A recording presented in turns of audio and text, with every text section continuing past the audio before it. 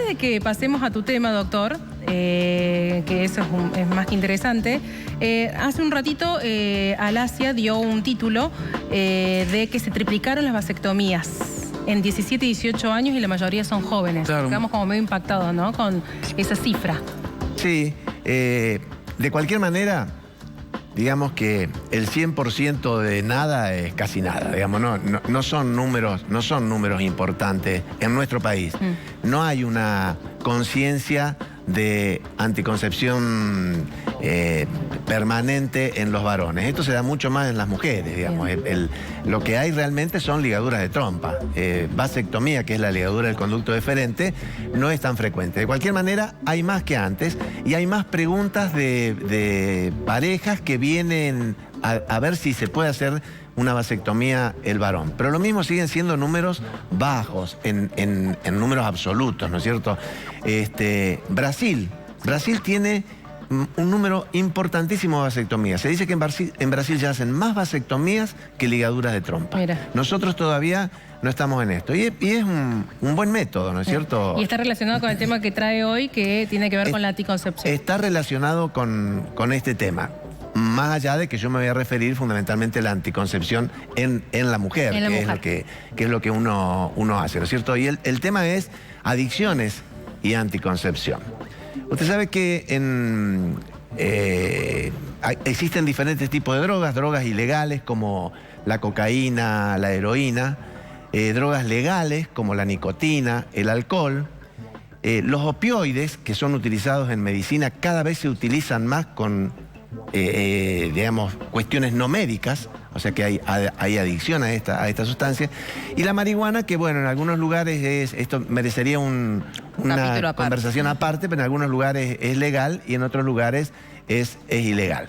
En nuestro país, en el 2001, comienza la explosión del Paco, que es la base de la base de la cocaína, la pasta base de cocaína.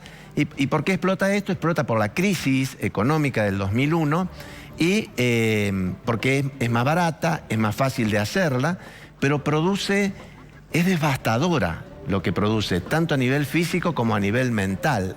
Realmente el efecto del Paco ha sido brutal, fundamentalmente en aquellos núcleos de pobreza estructural.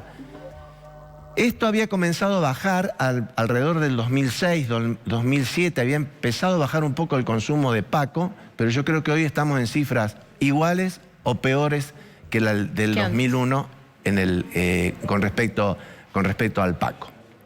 Esto no es un problema nuestro solamente. A nivel mundial es un problema el tema de las adicciones y el tema de cómo manejarse en la anticoncepción en estos núcleos. Fíjese, una encuesta nacional sobre drogas y salud en los Estados Unidos, bastante reciente, dice que 2.9% de los mayores de 12 años usan drogas ilícitas. 9,2. 9.2% de los mayores de 12 años usan drogas ilícitas. El 75% de los adolescentes han probado drogas. Estas son cifras de Estados Unidos. Drogas ilegales, no solamente alcohol o nicotina. De ese 75%, el 46% son usuarios actuales. O sea, de ese 75% que probaron en algún momento, casi la mitad son usuarios actuales. Se dice en Estados Unidos que 1 de cada 3 estudiantes reúne criterios de adicción. Estos son, digamos, condiciones por su forma de vida, por su núcleo familiar, por el entorno social. 1 de cada 3 estudiantes reúne criterios de adicción. Y 1 de cada 5 son tomadores compulsivos. En esa encuesta también se habla de que los embarazos en mujeres adictas los embarazos no planeados son mucho más frecuentes que en las no adictas, las enfermedades de transmisión son mucho más frecuentes que en las no adictas y la interrupción voluntaria del embarazo son mucho más frecuentes en las adictas que en las no adictas. ¿Pero qué pasa en nuestro país? porque esto uno dice, bueno, esto pasa en Estados Unidos porque estamos lejos. Ahí estamos lejos. Sí. Fíjese, nosotros no nos caracterizamos por ser muy buenos en cuanto a estadísticas o a estudios de esta naturaleza, pero tenemos algunos y que yo quería traerlos y mostrarlos de lo que pasa en nuestro país. Fíjese, una encuesta en el Hospital Británico de Buenos Aires en pacientes adolescentes que mantenían relaciones sexuales. En estos pacientes adolescentes, la percepción del riesgo fue baja a pesar del uso inconsistente del preservativo. No hay mucho problema, a pesar de que no usaban realmente preservativo. El 36% de estos adolescentes tiene inicio precoz de relaciones sexuales. 36%. Es alto el número. En ese grupo se vio un 17% de embarazos adolescentes. 17% de embarazos adolescentes. La mitad se embaraza. Solo el 8.7% utiliza el preservativo durante el sexo oral. Solo el 8.7% utiliza el preservativo durante el sexo oral. Y aquí tenemos otra placa que muestra más datos. El 30% consume marihuana, alcohol o drogas regularmente, de esos adolescentes que iban al Hospital Británico en Buenos Aires. 41% refirió haber utilizado siempre el preservativo durante el último mes. El 41% dijo que en el último mes utilizó siempre el preservativo. Pero solo el 45% de ese 41% lo utilizaba desde el principio de las relaciones sexuales. O sea no lo utilizaban bien. Y tenemos otra plaquita más, creo, que dice que el 100% de estos adolescentes entrevistados en el Hospital Británico consideraban al preservativo como el método que protege contra las infecciones de transmisión sexual. O sea, todos lo saben. Todos saben. Claro. Ahora, todos o no lo usan o lo usan mal. Creo que no hay ninguna otra plaquita, ¿o sí? No. Creo que no. Entonces, hay otro estudio que se hace en Londres sobre mujeres adictas de cuál es el problema con la anticoncepción. Las adictas, digamos, en Londres se habla de que el 22% de las mujeres adictas practicaban algún método anticonceptivo, en comparación con el 75% de las no adictas. Claro. O sea, mirá la diferencia. El 75% de las mujeres que no utiliza drogas hace anticoncepción. Solamente el 22% de las adictas hace anticoncepción.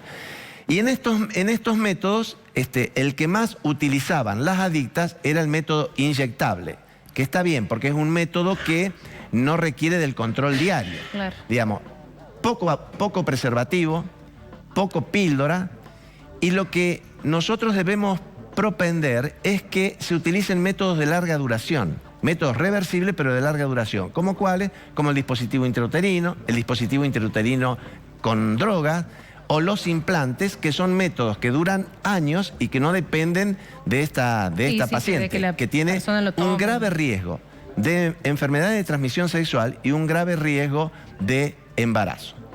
¿Cuál es el problema? En muchos lugares del mundo está un poco mejor que en nuestro país, pero el problema en nuestro país es que en los centros de reproducción asistida, en los centros de salud sexual y reproductiva, no hay gente que tenga capacidad para manejar este tipo de pacientes, las pacientes adictas.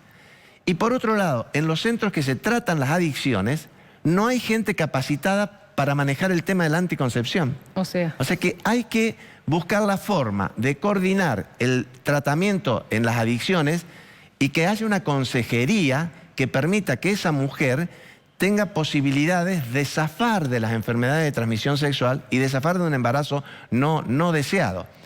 Digamos, no dejar que la urgencia tape lo importante, porque lo importante, y tiene que ver con la consejería, es tratar de evitarles un problema mayor al que tienen ya estas mujeres que son adictas.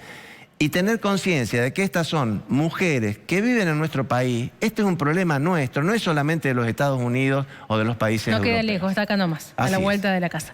Gracias, doctor. No, al contrario. Hasta la semana que viene. Nosotros desde acá nos vamos a la cocina, Alex, a la cocina. Nos vamos a la cocina porque hace falta saber si vamos a comer o no vamos a comer hoy.